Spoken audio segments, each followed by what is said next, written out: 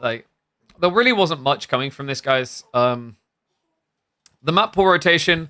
All right, so let's break down whether these are improvements or the opposite. What's the opposite? Negligent to the experience. So Hillendale to Cliffside is a big improvement. I think maybe the casuals are gonna absolutely hate me for saying this, but I think I stand by it. I think Hillendale is not a good map. I don't think it's very well balanced. I don't think it has that much hybridization of gameplay. Marshland to Prairie is once again a huge improvement and works out perfectly, by the way, because this week Prairie is going to be our first map of the rotation. So every single series will begin with Prairie. Four Lakes into Lakeside. I'm not so sure about that as a positive change. I think people quite liked Four Lakes. I think Lakeside is, I don't want to say a resounding hit. Now that we've had it for a little bit, I'm kind of a bit skeptical about how effective it is as a map competitively. For casuals, maybe it works out. Wetlands to Golden Heights. I will say this is a win simply because Wetlands is just a dysfunctional map that doesn't spawn consistently, same as Marshland. But I know people have polarizing opinions about Golden Heights. I think Golden Heights forces very particular styles of play. It doesn't really offer up a wide, robust pool of civs that you can pick, right? It feels like there's 4 or 5 that dominate and the rest can be discarded. Haywire into King of the Hill.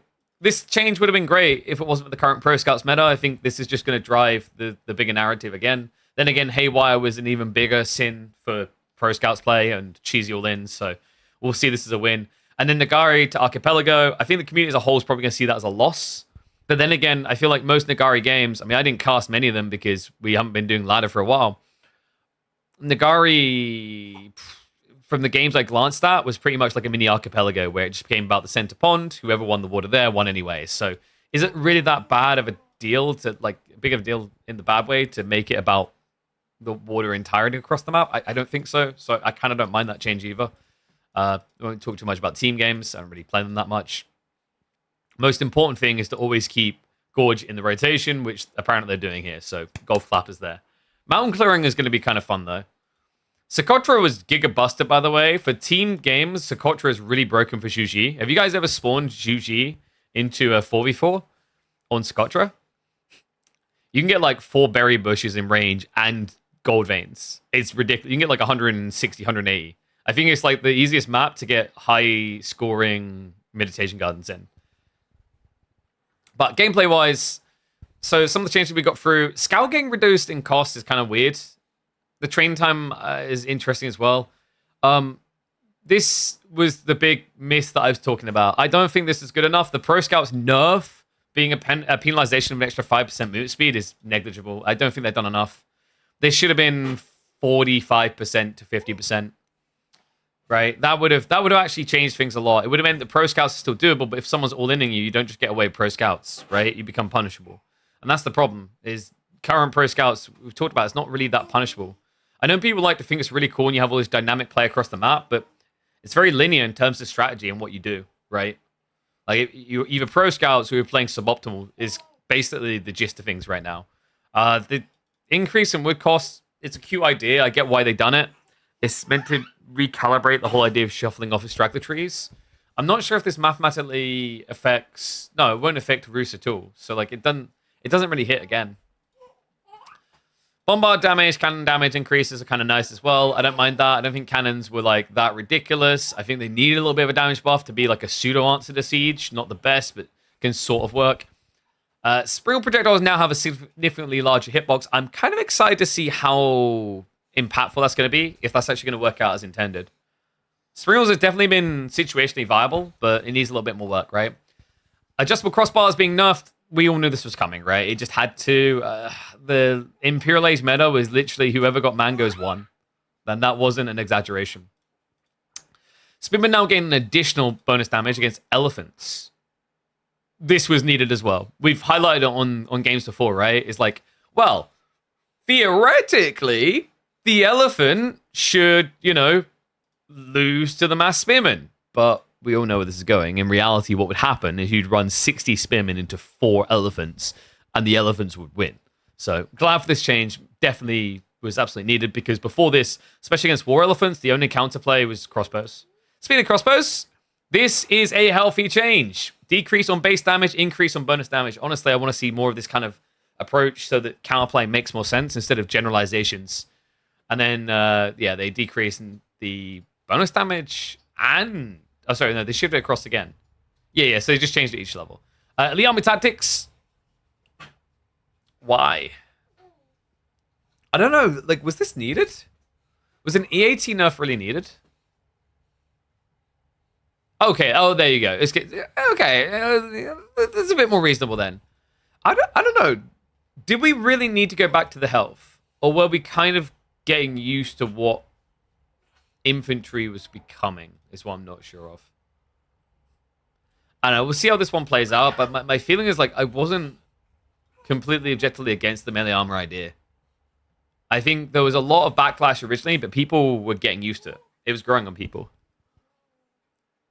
This is going back to what it was before. Yeah, just with the increased costs. And my point is, like, I get the initial complaints that would led you to believe this was needed, but I feel like in the last 2 months, people just kind of gotten over it with it and like adjusted the meta, right? I think infantry need the health versus springs now.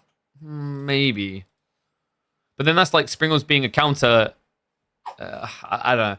We'll see how the triangle goes. My initial instinct is like, this is probably not necessary. Maybe someone like free melee armor and like 5% health or some crap like that would have been a bit better.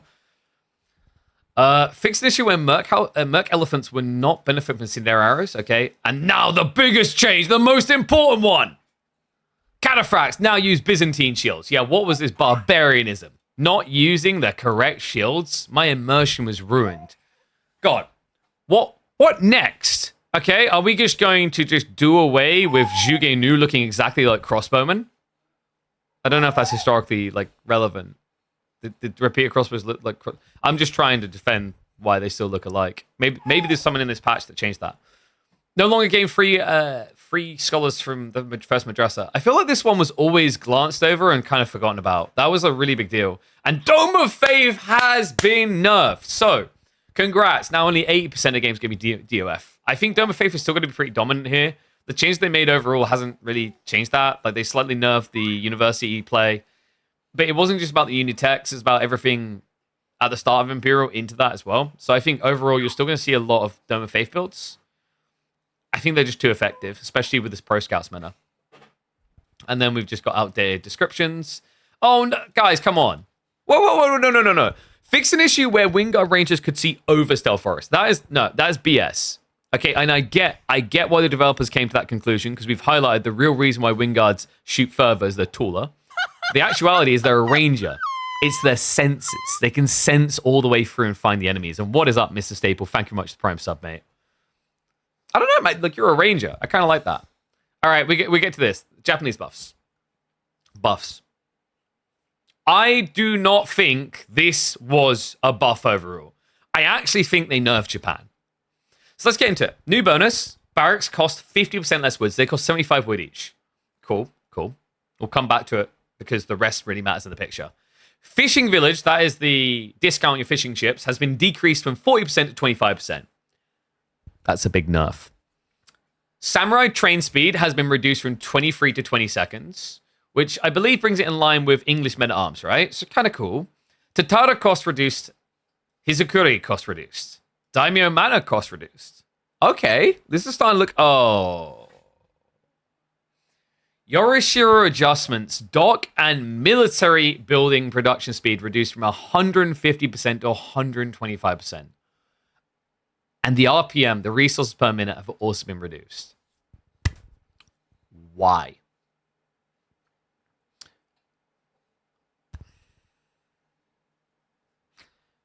Here's the problem with these changes. At the core of it, you have nerfed the only landmark that made Japan good, while not buffing any of their other landmarks. How is this good? Well, the argument now is you can do racks. Okay. Here's my problem. The logic in this design choice is the devs are sick of people shoehorning the Japanese into a single role. That role being mounted samurai. Just build mounted samurai. How many of you experience it? Once in chat, if you have, you go on the ladder, you queue into Japan, they just spam mounted samurai until the game is over. That's what they do, right? So, congrats. You've attempted to cripple their ability to mount samurai. So you've stopped them from being shoehorned into mounted samurai by pigeonholing them into foot samurai. So just really want to emphasize that. We have changed them from being a one-dimensional civ via cavalry, with the new goal of them becoming a one-dimensional civ via infantry. I don't think this solves the core issue with Japan. I don't think these changes make sense. Like, before you even see the impact of Japan, it's not like you were basically retweaking a civ that was like top 5. You're talking about like a bottom 5 civ here, and you nerf them while buffing them. I like the idea of the racks. We talked about it before about how like it's very hard to get your scaling going as Japan in the feudal age to make sense to even play the age. So I get what they've tried to do by making feudal more relevant.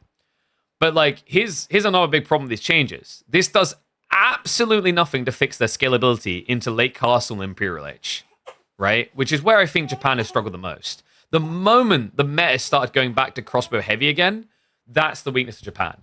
So cool that they've tried to buff their feudal. I just think overall having extra Raxes might get you a few more troops out, but it doesn't fix the underlying issue of their economy kind of sucking.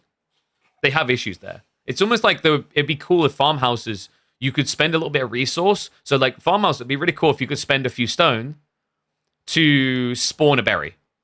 Would that not be a really cool mechanic that is like a trade-off? Because you get passive stone, but maybe you don't always want to use it. Or maybe if you're playing along feudal, the logic there is, hey, I have way too much stone because I've been gathering all this gold for samurai, but I don't have enough food. So imagine if you could click on a farmhouse and then spawn a berry bush next to it for 5 or 10 stone. That's a pretty expensive investment long term, but like you get a temporary burst, right? Like some sort of low value stone investment. And that would make sense. That would actually buff Japanese's early game economy into something other than getting gold when you gather stone or stone when you gather gold. Because now you'd be able to get an injection of food. Because remember, by the time they get age 2 and they have wheelbarrow 2, they gather 50% quicker from berries, which puts them on par with boar. So that would have actually been the buff. That was the trick. That was the solution, right? And that would have then at least given them a more powerful feudal timing, some flexibility there, still a decent spike in castle. But now I feel like what we've done here is we've tried to buff their feudal age by crippling the castle age, and then we haven't fixed the fact that late castle and imperial is going to be a nightmare for this civ, as it always historically has been, ever since, Azutsu got nerfed to the ground. So, while I applaud the idea of trying to get Japan to progress into being a feudal present civ, I feel like there was a very forceful approach taken here that has hurt the flexibility of this civ to play a later phase of the game. So I don't overall see these as buffs. I see these as slight nerfs with a shift to where you're meant to play the game. And the big reason why you got to consider it nerf is if you're shifting them to playing feudal from playing castle, think about all the games you watch at the moment. They don't end in feudal age. They end in castle. 90% of them, right? Because even if you build a lead, the winning play is then to go up. Right? The winning play is to then age up, and that's what gets a GG out your opponent. I don't think you're going to be as scared when a Japanese player ages up. Not as you once were. Okay, Malians, though. Malians got buffed.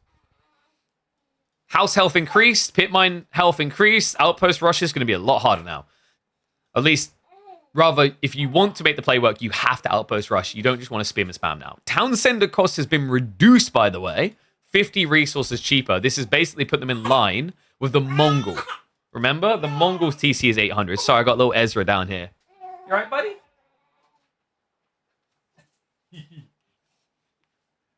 Alright, so this puts them in line. Hey, bud. Little rosy cheek today, ain't ya?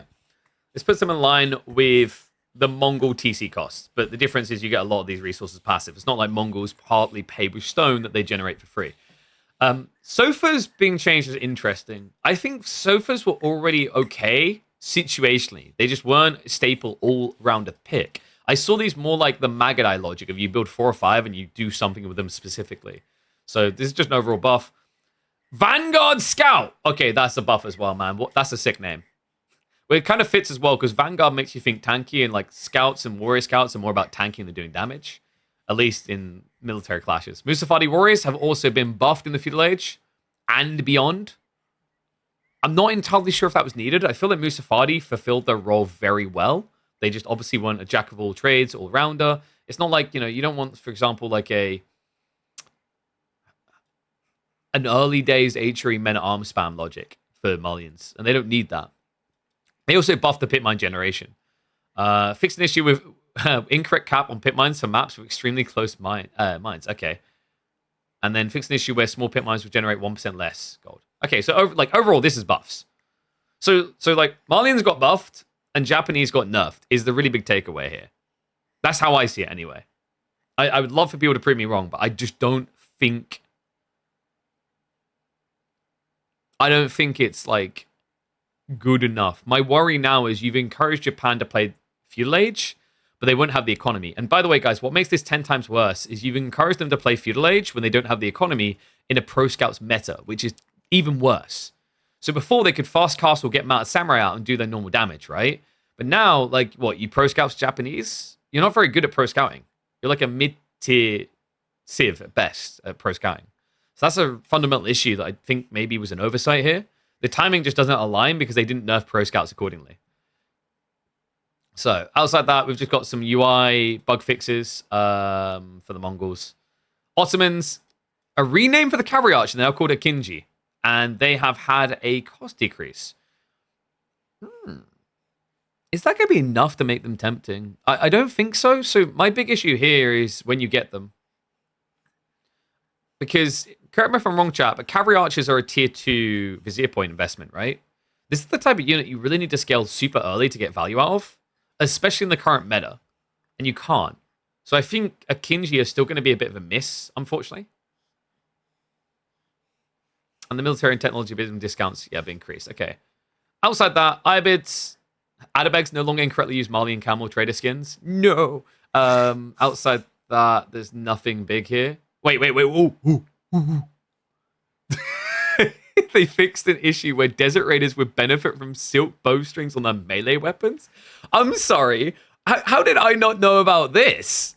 So hold on a sec. Just to clarify, they basically had the Abbasid phalanx tech bug for desert raiders swords.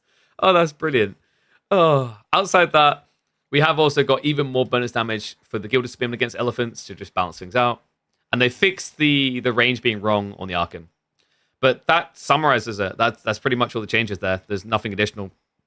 My big take on this patch, they missed. I think the number one thing that people were concerned about, that they wanted to see answered, that needed to be answered, was Pro Scouts. And they done nothing to fix Pro Scouts. I don't think so anyway. Like, maybe I'm wrong. Do you think I'm wrong? Do you think I'm wrong? Oh, you think Daddy right? Okay. And he would know. So I think the Pro Scouts is still going to be a problem. I don't think the 5% movement speed nerf, the 25 wood nerf is good enough. You're still going to get the top civs pro scouting, and the other ones are going to be basically like a shadow of that. They'll try to play it, or they'll try to block it, but they'll always be weaker. That's why you see, for example, Juji, Chinese, HRE, Roos get banned practically every tournament, because they are the best pro scouting civs in the game right now. So with that in mind, I hope they fix this quickly. I'm worried we're going to be stuck with the Pro Scouts meta for another 8 weeks plus, which is not great. I know some people are fans of Pro Scouts, and I'm not saying I want Pro Scouts gone. I don't know if people misunderstand that. Pro Scouts should be viable, but Pro Scouts should not be so oppressive that everyone has to play it or die to it, and that if you try to stop it, you're really just up Craps Creek without a paddle, right? Aren't you, mate? Aren't you? Because the reality is, by the time you can really stop it, most players will have one deer stack at least home. And that means that the tech players paid for itself. What you need is a meta where Pro Scouts is good, but it's blockable if you fully invest in blocking it. If I choose to be greedy myself, sure, your Pro Scouts play should work out. But if I immediately open with racks upon Feudal Age and go, no, then it shouldn't work out that way. It shouldn't be that I can't punish it. But let me know what you guys think in the comments down below. I think we might just trim this from the Twitch video because I didn't bother to record it locally. Wait, we'll stick it up on YouTube. And let me know what you think. Are you as outraged as Ezra is not that Pro Scouts is still in the meta? Do you think these Japanese changes are going to be good enough, or do you think that this was in the wrong direction? And did Malians really need a buff? Let me know what you think. I'll catch you in the next one.